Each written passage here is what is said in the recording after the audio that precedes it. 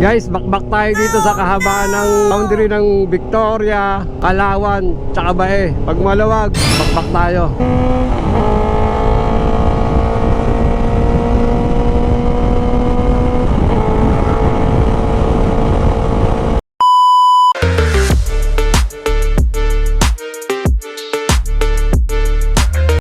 Yon guys, sibat na tayo dito sa bayan ng Santa Cruz. Shout out kay Chester Badillo, kay Sam, uwi na ako.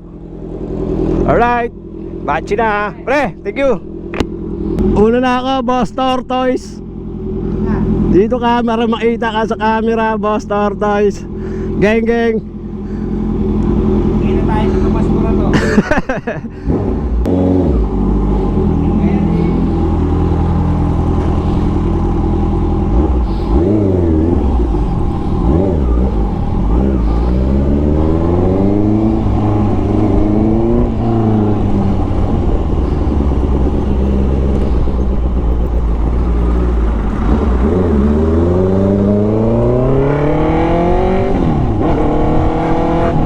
Tapos na po ang Quezon Puti Festival dito sa bayan ng Santa Cruz. Kaya normal na ang araw na susunod. Goodbye Santa Cruz.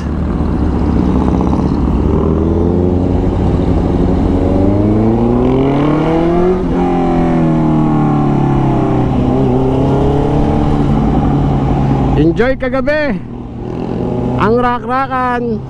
Nag-enjoy ang mga kabataan. Ang daming tao, ang daming nagpartisipan, nag-perform mga local bands dito sa bayan ng Santa Cruz at sa mga karatig bayan na mga nagsitugtugan. At ang huling nag-perform is si Al James. Ang daming natuwa, ang daming nasayahan sa parakrakan ng munisipyo. Tayo naman uuwi na. Doon tayo natulog sa ancestral house ni Mayor Egay San Luis. At salamat sa pagpatulog Bukal Milo San Luis, kay Ate Kleng San Luis. Shout out sa mga kasama ko kagabi, Boss Ibet, Boss Jack, Boss Chester, Boss Torio, at nakasalamuhan natin yung mga followers ni Milo Moto kagabi. Maraming salamat sa inyo sa pagtanggap sa akin dyan sa bayan ng Santa Cruz. Shout out sa Mocha Boys Green Village, paring Kyle Badillo, kay Consi Ambiel Panganiban, kay Consi Norman Tolentino. Big shout out po sa inyong lahat. Shout out kay Sir Julius Asidas, kay Consi June Asidas. Shoutout kay Boy Robas, kay Odek. Ano feeling Boss Odek, Nana Robas? Ang init sa katawan, ano? Maski nasa aircon pinagpapawisan.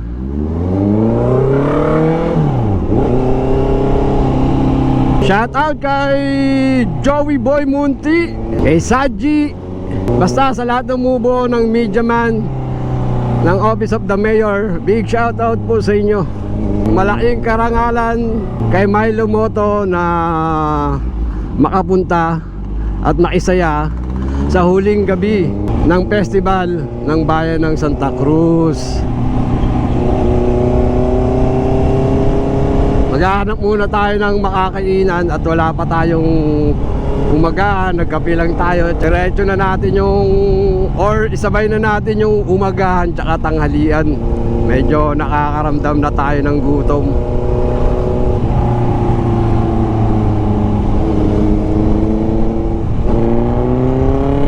Woo! Siyempre, bago bumiyahe ng malayo, papagas muna tayo. 3 bar na lang si Tanggol. So kailangan na natin magpa-gas up. Hindi natin pinapababa tong gas ni Tanggol. Pag nag 2 bar yan, kinaargahan agad natin kasi para hindi makahigop ng dumi ang fuel filter. Idol, full tank. Ano ako ng rak-raka kagabi. Full tank, boss. Wala. 95. Mga tropa natin dito, mga gas attendant dito sa bayan ng Santa Cruz, sa Shell. Shout out, Shell. Di ka nanood kagabi? Pagod na, ano? Pagod na sa trabaho. Pero ngayon, ay agabi closing ka? Hindi. Hindi. Itong maga, Ah, kami busy sa ano. wala na, pagod na. Ginagawa sa bahay. Focus pa ng uniform. Kala ko naglalaba ka pa ng mga damit. Wala din yung maging ako eh. Ah, wala dyan. Santa Rosa. Kaya ako, sariling kusot.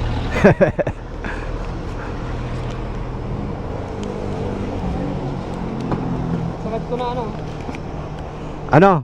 550. Para wala nang butal. Saan biyahe nyo ngayon? Uwi na ako ng Caloocan. Pahinga naman. Thank you. Go plus natin, share go plus. Wala akong Go Plus. Minus eh. Discount. Idol! Ay, ayan, boss Milo. Oh! Ano yan? Baka may 28 pesos ka daw. 28 wala eh. Sige, sige, okay na yan. Sige, pang merienda. Ha? Yan. May discount daw tayo. Hindi na natin kinuha. At kasino na lang naman na yun. Pandagdag sa merienda mamayang alas 3 ng mga tropa. Uy, sarap sana uminom ng buko kaso wala pang kain.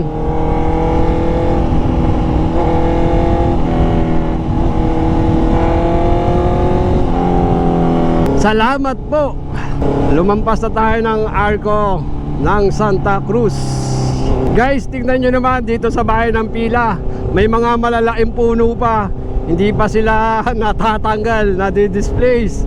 Dahil nga sa pagpapalaki ng mga kalsada. Nakakatuwa lang isipin na itong kalsada na to, itong highway na to may mga magkabilaang malalaking puno pa. Kadalasan yung iba, lalo na dito sa bayan ng Santa Cruz, yung kahabaan na yan, yung highway galing kang Bubukal, papuntang Patimbaw, yung papunta ka ng Pagsangan, wala na yung mga ganitong malalaking puno kasi nag-widening ang national government, ang DPWH.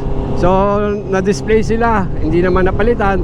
So itong sa part ng bayan ng Pila, may mga malalaking puno pa.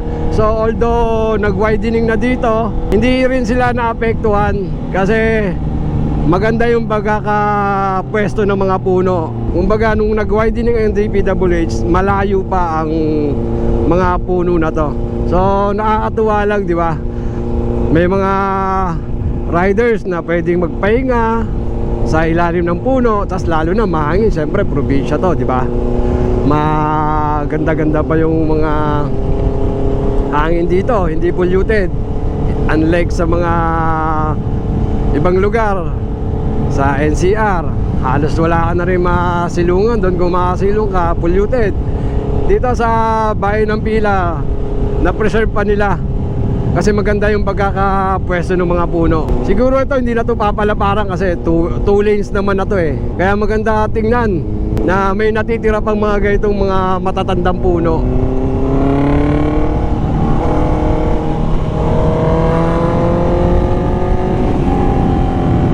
May mga acacia, mga fruit trees, may mga nara, mahogany. Nakakatuwa lang. Guys, bakbak tayo dito sa kahabaan ng boundary ng Victoria, Kalawan, tsaka Bae. Pag malawag, bakbak tayo. 3, 2, 1.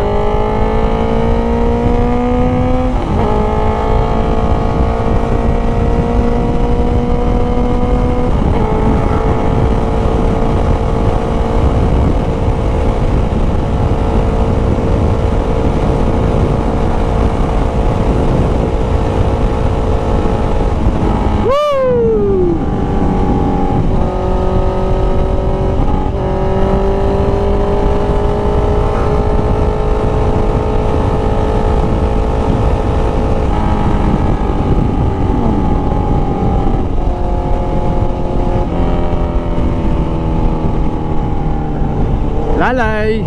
Pag maluwag, bakbak tayo, bakbak.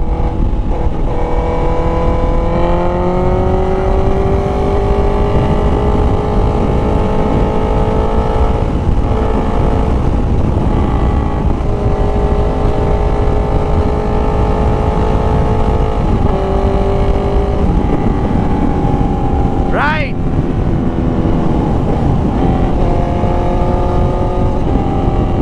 Oh, may intersection dito eh. Dito sa Kalawan.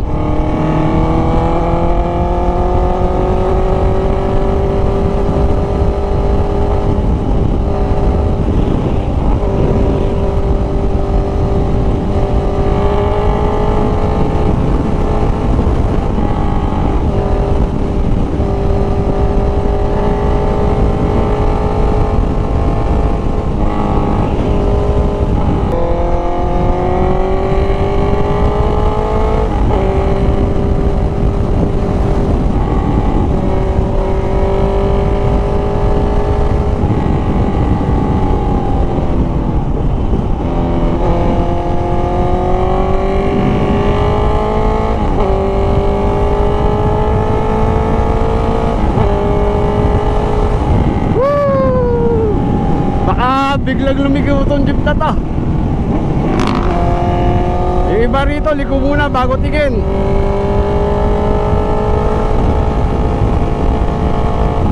Okay na tayo, okay na. Bye na tayo, stoplight, bye. Guys, yung nakikita nyong bundok na yan is Mount Makiling. May sakop ng Calamba, may sakop ng Santo Tomas, may sakop na Los Baños, may sakop ng Bae, Laguna. Etong Mount Makiling na to. Yan yung nakikita natin sa SLEX pag galing tayong Manila. Papunta tayo ng Southern Tagalog.